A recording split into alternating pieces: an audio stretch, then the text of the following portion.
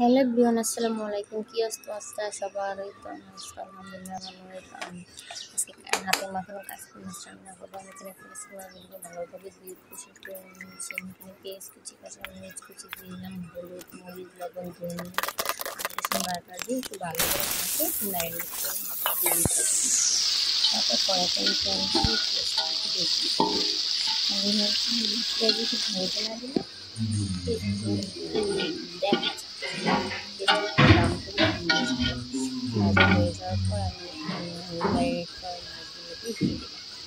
মাছগুলোকে দিয়ে আমি একটু হালকা নাড়াচাড়া দিই, একটু নাড়াচাড়া দিলে আমি মাছগুলো ভেঙে যাবে, ছোটো মাছ তো একটু ভালো করে নাড়াচাড়া দেওয়ার পর আমি পানি দিয়ে ঢাকনা দিয়ে দিই। এটা রান্না করার সময় আমার ওই হঠাৎ ফোন গ্যাসটা চলে গেছে। ফাইনাল লুক আমি আপনাদেরকে দেখাতে পারি না। কী করার, ওই সারা অনেকক্ষণ বসিয়ে রেখে পরে আমার মাছটাকে রান্না করা হয়েছে, কিন্তু লাস্টে আর ছবিটা কেমন ছিল।